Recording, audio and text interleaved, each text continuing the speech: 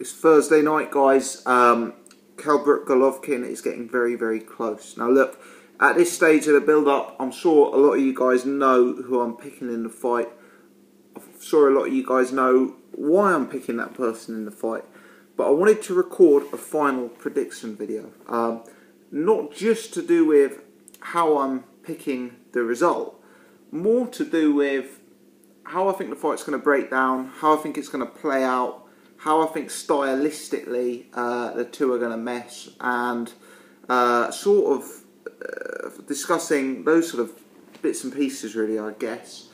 I think there's been a lot of nonsense in the build-up to this fight, which I tried to highlight in my video, BG Mythbusters, debunking 8 myths on Kell Brook Golovkin. And in the lead-up to this fight, I've heard more and more nonsense about the tactics that Kell Brook could be employing. I've heard people saying Kell Brook's going to beat Golovkin on the inside. I've heard people saying Kell Brook's going to counterpunch Golovkin. I heard people saying Kell Brook's going to hold Golovkin. I even heard some people suggesting that Kell Brook may be able to go southpaw and outwit Golovkin with his southpaw stance. To me, Kell Brook is very good at what he does. But having watched a lot of his fights, he's somewhat of a predictable fighter. The early rounds of this fight could potentially resemble Golovkin-Lemieux for my money. Now, I know Golovkin is the kind of guy who sometimes starts a bit slowly, takes a little bit of a look at his opponent, and maybe Kell Brook can win the first round or the second round. Maybe he'll come out full of adrenaline. Golovkin's just having a look. You know, I'm not saying Golovkin's necessarily going to win every round.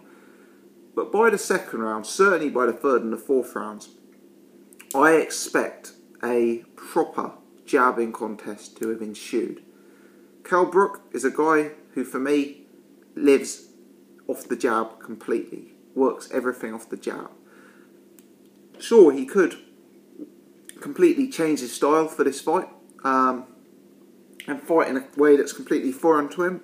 But that would be strange tactics in the biggest fight of his life, to change what has been a winning formula throughout his entire career, and to fight in a manner that he hasn't really shown so far in his career. You know, Brook hasn't shown that he's a good southpaw. He hasn't shown that he's a good inside fighter. For me, it's too much of a gamble to change the winning formula. So Brook's going to come out and throw a jab.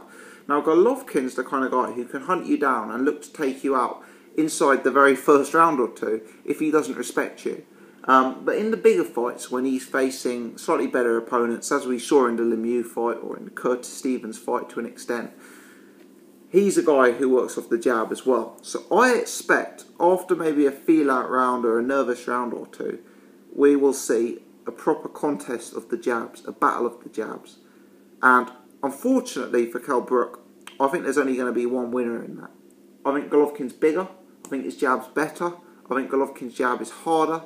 And I suspect that by the third or fourth round, Golovkin will be starting to carve up Kell Brook with the jab, and starting to, maybe not damage Kell Brook, but maybe starting to catch him and open up Brook's defences a bit more. When a good jab is used religiously throughout the course of a fight, because it's thrown so regularly, the opponent anticipates it. Their guard becomes higher. They become more vulnerable to the body shots. They become more vulnerable to combinations. They're so aware of the jab that, you know, you throw a jab or you throw a feint, the guard goes up instantly and you can catch them to the body. And that's what I suspect will start happening in this fight.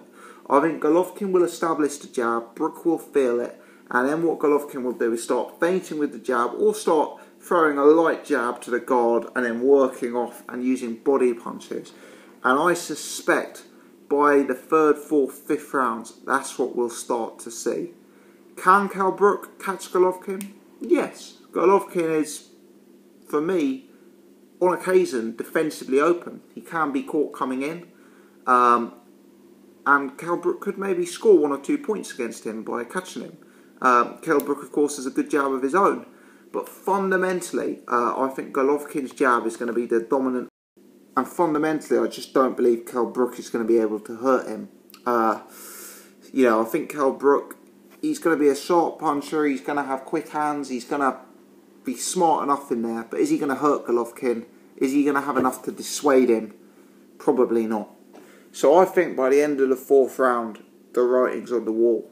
And I think as we go into the middle rounds, Golovkin turns up the pace.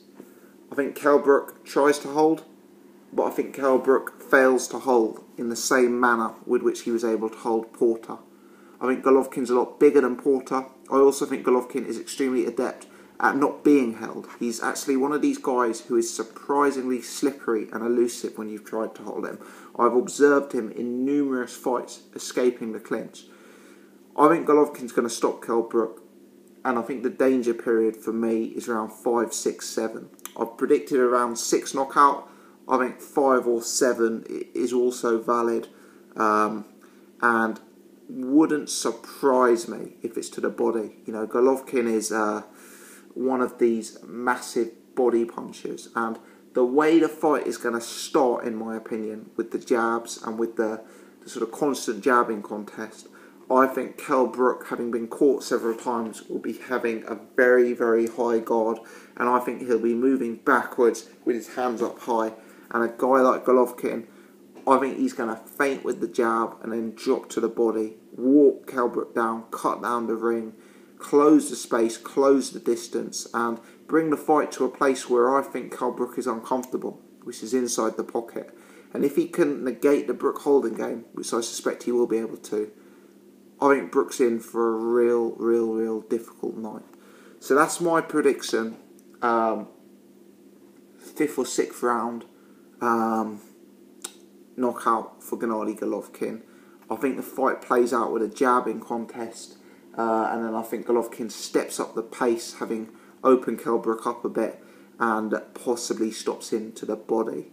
I guess the one caveat to my prediction is, and I don't want to be too negative here, there is a potential that Kell Brook just can't live with the power of Golovkin whatsoever.